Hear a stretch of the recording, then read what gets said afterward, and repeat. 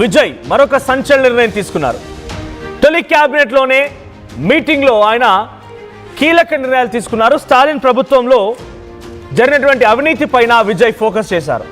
ముందుగా liquor scam పైనే విజయ్ గురిపెట్టారు. 5 ఏళ్లలో మద్యం కొనుగోళ్ల అమ్మకాల్లో సుమారుగా 1600 కోట్ల అవినీతి జరిగినట్టుగా గుర్తించారు ఆయన. మద్యం అమ్మకాల్లో 120 కోట్ల రూపాయలు డిఎంకే పార్టీ ఫండ్కు మళ్ళాయని, ఒక లిక్కర్ కేసుకి 90 రూపాయలు అండ్ బీర్ కేసుకి 40 రూపాయలు, వైన్ కేసుకి 20 రూపాయలు వసూలు చేసింది డిఎంకే పార్టీ అన్నట్టు గుర్తించారు విజయ్. ఖాళీ బాటిల్ డిపాజిట్ స్కీమ్లో కూడా భారీగా అవకతవకలు జరిగాయి. అయితే 10 రూపాయల డిపాజిట్ పేరుతో నెలకి 300 కోట్ల రూపాయలు వసూలు చేసినట్టుగా విజయ్, అంటే గతంలో కూడా దీనిపైన ఎన్ఫోర్స్మెంట్ డైరెక్టరేట్ ఒక యాక్షన్లోకి దిగింది. ఇప్పుడు విజయ్ దీనిపైన చాలా సంచలనమైన నిర్ణయం తీసుకున్నారు. ఖాళీ సీసాలు డిపాజిట్ చేసినటువంటి విషయంలో 10 రూపాయలు తిరిగి ఇచ్చే నిర్ణయం కూడా తీసుకున్నారట అప్పుడు. అయితే స్కీమ్లో 60,000 విలువ చేసినటువంటి మద్యం బాటిళ్లు మాత్రమే సేకరించారు. ఇక బాటిల్ డిపాజిట్ వ్యవహారం నెలకి 300 కోట్ల రూపాయలని స్వాహా చేశారు. విజయ్ నిర్ణయాలతో ప్రభుత్వ అధికారులు భయం మొదలైంది. గత పాలకుల నిర్ణయాలతో తమకు కూడా శిక్ష తప్పదనే ఆవేదన అధికారులు మొదలైనట్టు తెలుస్తోంది. ఇక విజయ్ నెక్స్ట్ టార్గెట్ మైనింగ్ శాఖ. తమిళనాడు మైనింగ్ శాఖలోనూ భారీగా అక్రమాలు జరిగాయన్నట్టుగా విజయ్ గుర్తించారు. ఇప్పటికే గుడులు బడులకి దగ్గరగా ఉన్నటువంటి 717 వైన్ షాపులు మూసేయించారు విజయ్. ఇక 800 కోట్ల రూపాయల నష్టం వచ్చినా మద్యం రేట్లు పెంచానంటూ విజయ్ చెప్తున్నారు. సో మద్యం రేట్లు పెంచే అవకాశం లేదు. అండ్ స్కూల్స్ అండ్ కాలేజ్ దగ్గర ఉన్నటువంటి టెంపుల్స్ దగ్గర ఉన్నటువంటి వైన్ షాప్స్ని సుమారుగా 700 పైచిలకు వైన్ షాప్స్ని తొలగించడం ఒక ఎత్తు. మరోవైపు నిన్న క్యాబినెట్ మీటింగ్లో ఫస్ట్ మీటింగ్లోనే ఆయన లిక్కర్కి సంబంధించినటువంటి స్కామ్ల పైన వెలుగుతూ అంటే బయటకు తీయాలి, వాటిని వెంటనే చర్యలు చేపట్టాలన్నట్టుగా నిర్ణయం తీసుకున్నట్టు తెలుస్తోంది. సో ఆంధ్రప్రదేశ్లో ఇటువంటి మాదిరిగానే ఒక లిక్కర్ స్కామ్ జరిగింది, ఢిల్లీలో ఒక లిక్కర్ స్కామ్ జరిగింది, ఇప్పుడు తమిళనాడులో జరిగినటువంటి ఈ లిక్కర్ స్కామ్ బట్టబయలవుతోంది. దీని ప్రకారంగా బీర్ కేసుపై 40 రూపాయలు, లిక్కర్ కేసుపై 90 రూపాయలు అండ్ అటువైపు వైన్ కేసుపై 20 రూపాయలు అదనంగా వసూలు చేశారంట. ఇదంతా ఎక్కడికి వెళ్ళింది? డిఎంకే పార్టీకి సంబంధించినటువంటి నేతల దగ్గరికి వాళ్ళ జేబుల్లోకి వెళ్ళింది. దీంతో పాటుగా బాటిల్ డిపాజిట్ విషయంలో కూడా 300 కోట్ల రూపాయల అక్రమం జరిగినట్టుగా గతంలో ఎన్ఫోర్స్మెంట్ డైరెక్టరేట్ కూడా ఈ విషయం పైన కొంత ఎంట్రీ ఇచ్చి విచారణ చేపట్టాలని చూసింది. కానీ కోర్టు డైరెక్షన్తో ఎన్ఫోర్స్మెంట్ డైరెక్టరేట్ వెనక్కి అడుగు వేసింది. ఇప్పుడు విజయ్ సీఎం హోదాలో ఉన్నారు కాబట్టి మరి ఎటువంటి విచారణ జరిగిందో చూడాలి. దీనికి సంబంధించి డీటెయిల్డ్ అప్డేట్స్ మా ఏపీ ఇన్పుట్ కృష్ణమోహన్ ఇస్తారు. కృష్ణమోహన్, సో గతంలో ఏపీలో కూడా మనం ఒక లిక్కర్ స్కామ్ చూసాం, ఇంకా అది జరుగుతూనే ఉంది. రేపు మాపు జగన్ కూడా నోటీసులు ఇస్తారు ఈడీ అని చెప్పి ఒక చర్చ జరుగుతున్న తరుణంలో తమిళనాడు మాజీ ముఖ్యమంత్రి స్టాలిన్ కూడా ఈ లిక్కర్ స్కామ్ ఉచ్చు బిగియబోతోంది. సో విజయ్ చాలా సీరియస్గా ఉన్నారు. దీనిపై ఇన్వెస్టిగేషన్ కూడా స్టార్ట్ చేసే అవకాశం కనబడుతోంది. డీటెయిల్స్ ఏంటి, ఎటువంటి స్కామ్ జరిగింది, విజయ్ ఏం చేయబోతున్నారు? మనోజ్, బేసిక్ గా ఆంధ్రప్రదేశ్ లో ఏదైతే 3,500 కోట్ల రూపాయలు లిక్కర్ స్కామ్ అంటే ఈ లిక్కర్ స్కామ్ లో కిక్ బ్యాక్స్ ఏవైతే ఉన్నాయో వసూలు చేయడం, ఒక్కొక్క కేసుకి ఇంత రూపాయలు. అయితే సేమ్ అదే తరహాలో తమిళనాడులో కూడా ఈ లిక్కర్ స్కామ్ జరిగింది అనేది ఎన్నికల టైంలో కూడా విజయ్ ఇదే పదే 2-3 సార్లు మాట్లాడారు. మీరు చేసిన అవకతవకలు మొత్తం కూడా బయట పెడతానని చెప్పిన పరిస్థితి. ఇప్పుడు తాజాగా కూడా ఆయన ఫస్ట్ మీటింగ్ లోనే అసలుకి ఈ వ్యవహారంలో దాదాపుగా 5 అంటే గతంలో డిఎంకే ప్రభుత్వంలో జరిగిన ఈ 5 ఏళ్ల ప్రభుత్వ హయాంలో మద్యం కొనుగోళ్లు అమ్మకాలలో దాదాపుగా 1600 కోట్లు అవినీతి జరిగినట్టుగా గుర్తింపు అయితే వచ్చింది. దాదాపుగా దీంట్లో అధికారులు ధనంగా మిగతా అన్ని పోగా డిఎంకేకి అఫీషియల్ గా 120 కోట్లు పార్టీ ఫండ్ కూడా వెళ్ళింది అనేది ఒక చర్చ అయితే జరుగుతుంది. దీని మీద పూర్తి స్థాయి విచారణకి ఆదేశించారు. అయితే ఇక్కడ చాలా ఆసక్తికరమైన అంశం ఏంటంటే అంటే ఏపీలో లిక్కర్ కేసుకి 45 రూపాయలు వసూలు చేస్తే ఇక్కడ లిక్కర్ కేసుకి 90 రూపాయలు వసూలు చేశారు. బీర్ కేసుకి 40 రూపాయలు వసూలు చేసిన పరిస్థితి అయితే చాలా స్పష్టంగా కనపడుతుంది. ఈ విధంగా వైన్ కేసుకి 20 రూపాయలు, ఈ విధంగా డిఎంకే దాదాపుగా 1600 కోట్ల రూపాయలు అవినీతికి పాల్పడింది అనేది కొంత చర్చ ఉంది. గతంలో కూడా దీని మీద ఈడీ ఎంటర్ అయింది, కాకపోతే అక్కడున్న కోర్టు ఆదేశాల మేరకు దాని లోపలికి పోలేదు. అయితే ఇంకొకటి సమస్య ఏంటంటే ఖాళీ బాటల్స్ డిపాజిట్ అనేది, అంటే ఒక ఖాళీ బాటిల్ డిపాజిట్ 10 రూపాయలు వెనక్కి ఇస్తారు. దానికి సంబంధించిన దాంట్లో కూడా 300 కోట్ల రూపాయలు డిపాజిట్ పేరు మీద వసూలు చేశారు. దీంట్లో చాలా పెద్ద స్థాయిలో ఈ స్కామ్ జరిగింది. దీనికి సంబంధించిన దీంట్లో కూడా ఖాళీ బాటిళ్ళు డిపాజిట్ చేస్తే 10 రూపాయలు ఇచ్చే నిర్ణయం తీసుకున్న టైంలో 60,000 విలువ చేసే మద్యం బాటిళ్ళు మాత్రమే దీంట్లో సేకరణ చేశారు. మిగతా అంతా కూడా అంటే లెక్కలు చూపించారు. ఆ విధంగా 60,000 మాత్రమే చూపించారు. వసూలు చేసింది దీనికంటే చాలా పెద్ద ఎత్తున 300 కోట్లు స్వాహా చేశారు దీంట్లో అని. అంటే విజయ్ ఈ నిర్ణయాలతో అంటే నేను ఫస్ట్ క్యాబినెట్ లో ఆయన మాట్లాడారు. తర్వాత మద్యం అధికారులతో కూడా ఆయన దీని మీద చర్చ చేశారు. దీని మీద పూర్తి స్థాయి ఎంక్వైరీ చెప్పాలి అని చెప్పిన పరిస్థితి అయితే ఉంది. అంటే ఓవరాల్ ఈ సబ్జెక్ట్ లో ఒక మద్యం కేవలం మనం గతంలో చూసాం. ఢిల్లీలో జరిగిన లిక్కర్ స్కామ్ లేదు, ఆంధ్రప్రదేశ్ లో జరిగిన స్కామ్ ఇంకా నడుస్తుంది. దాని మీద ఇప్పటికే 60 మంది మీద కేసులు పెట్టారు. దాదాపుగా 22 మందిని అరెస్ట్ చేసిన పరిస్థితి ఉంది.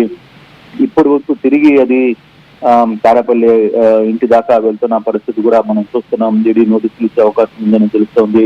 సో ఇటువంటి జరుగుతున్న సమయంలో ఇప్పుడు ఇది ఎవరికి తమిళనాడులో టాలెంట్ చుట్టుకోబోతుందా, లేదు టాలెంట్ కుమారుడికి లిక్కర్ స్కామ్ చుట్టుకోబోతుందా అనేది చూడాల్సిన పరిస్థితి.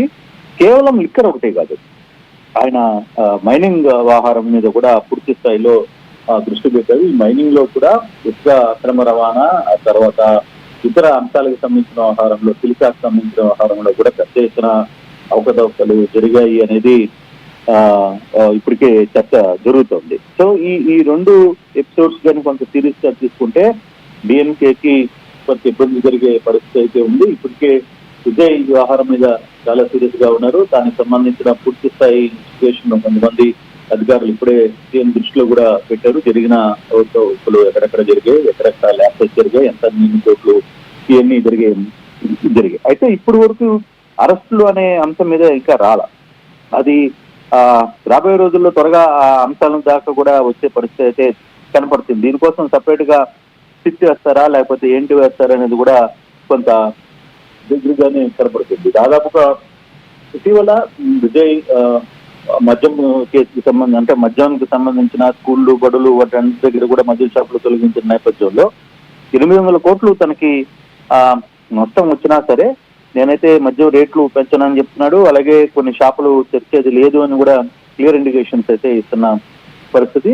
అక్కడ కూడా ఈ దప్పటి షాపుల్లో అన్నింటిలో లేకపోయేసరికి మద్యం తాగే వాళ్ళందరూ కూడా క్యూ లైన్ లో నిలబడుతున్న పరిస్థితి కూడా చూసాం. గతంలో 2019లో కూడా లిక్కర్కి సంబంధించిన వ్యవహారాల్లో పోలీసులు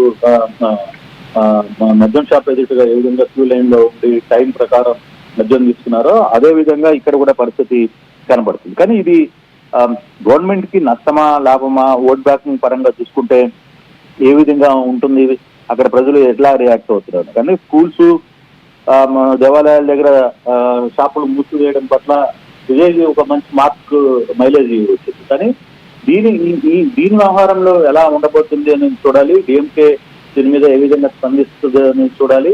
రాబోయే రోజుల్లో డిఎంకే పార్టీకి చెప్పలు తప్పవా అనే ఒక ఆలోచన కూడా అక్కడ అనుకుంటున్నారు. కానీ ఈ లిక్కర్ స్కామ్ ఎంత జరిగింది, నిజంగానే 1800 కోట్లు జరిగిందా, లేదు ఫర్దర్ గా ఇంకేమన్నా జరగాల్సిన పరిస్థితి ఉందా, ఇంతకంటే ఎక్కువ జరిగిందా, దీంట్లో ఎవరెవరు కీలకంగా ఉండబోతున్నారు, వాళ్ళ పేర్లు ఏంటి అనే అంశాల మీద కూడా కొంత చర్చ జరిగే అవకాశం అయితే ఉంది. రాబోయే రోజుల్లో కొంత వ్యవహారాన్ని సీరియస్ గానే తీసుకుంటున్న నేపథ్యం అయితే మనకు కనపడుతుంది. మనోజ్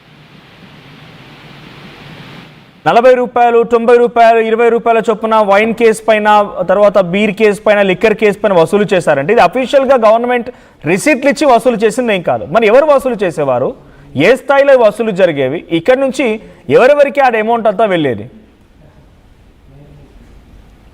ఇవన్నీ కూడా ఫీడ్బ్యాక్స్ కిందనే వస్తాయి. ఏదైనా ఒక కంపెనీలో ఇప్పుడు బేసిక్ గా ఆంధ్రాలో ఏం జరిగింది, ఏ కంపెనీకైనా ఆంధ్రాలో అమ్మాలి అనుకుంటే కొన్ని ప్రైవేట్ కంపెనీలు కొంత ఫీడ్బ్యాక్స్ ఇవ్వాలి. దానికి సంబంధించి ఒక టీం పనిచేస్తుంది. అలాగే కేసుకి ఇంతని డబ్బులు ఇవ్వాలి. అది అనధికారికంగా వసూలు చేసే పరిస్థితి. సేమ్ అదే తరహాలోనే చెన్నైలో కూడా గత ప్రభుత్వంలో ఏదైతే లిక్కర్ స్కామ్ జరిగిందో ఆ లిక్కర్ స్కామ్ లో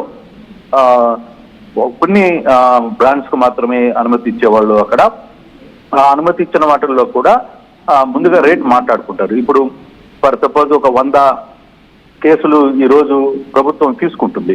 ప్రభుత్వం తీసుకున్నప్పుడు 100 కేసులకు గాను అది 40 రూపాయలు లేదు 90 రూపాయలు. ఇప్పుడు 40 రూపాయలు తీసుకుంటే 4,000 రూపాయలు అది కిక్ బ్యాక్ కింద బయటకు వచ్చే పరిస్థితి. ఆ విధంగానే ఈ వ్యవహారం అంతా కూడా నడిపింది. దీంట్లో ప్రధానంగా ఈ వ్యవహారాన్ని అప్పుడు మద్యం శాఖ అధికారులు పెద్ద ఎత్తున నడిపించారు అనేది ఒక చర్చ. దాని వెనకాల సూత్రధారులు పాత్రధారులు డిఎంకేలో ఉన్న కొంత కీలకమైన వ్యక్తులుగా ఉన్నారు అనేది కొంత చర్చ జరుగుతుంది. అది అంటే ఇప్పుడు దాకా దీని మీద ఓన్లీ విచారణ దీని వరకే జరుగుతోంది. కానీ ఇప్పుడు దాకా కేసులు నమోదు, ఎవరెవరు దీంట్లో ఇన్వాల్వ్మెంట్ అయి ఉన్నారు అనే అంశం మీద ఇంకా కొంత సమయం పట్టే అవకాశం అయితే కనబడుతుంది. బహుశా 2-3 రోజుల్లో దీనికి సంబంధించిన పూర్తి డీటెయిల్స్ వచ్చే అవకాశం అయితే మనకి స్పష్టంగా ఉంది Manoj. Thank you Krishnamohan. So Andhra Pradesh and Delhi తరహాలో తమిళనాడులో కూడా ఒక భారీ లిక్కర్ స్కామ్ నమోదైనట్టు తెలుస్తోంది. 1,600 కోట్ల రూపాయలు అంచనా వేస్తున్నారు. గతంలో కూడా 2025లో స్టాలిన్ ఇక చివరి దశలో ఉన్న సమయంలో కూడా ఈడీ ఎంట్రీ ఇచ్చింది. ఈ లిక్కర్ స్కామ్ విషయం పైన ఈడీ ఎంట్రీ ఇచ్చింది. సో అన్ని రకాల చర్యలు మేము తీసుకుంటాం, ఆ ప్రభుత్వం విచారిస్తామని మా పోలీసులు పనిచేస్తున్నారు.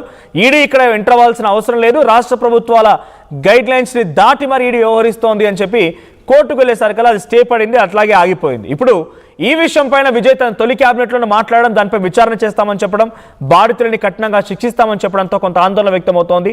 తమిళనాడులో ఇప్పుడు అధికారుల్లో అండ్ గత పార్టీలో ప్రభుత్వంలో పనిచేస్తున్న పెద్దల్లో ఒక వనకైతే మొదలైనని చెప్పాలి.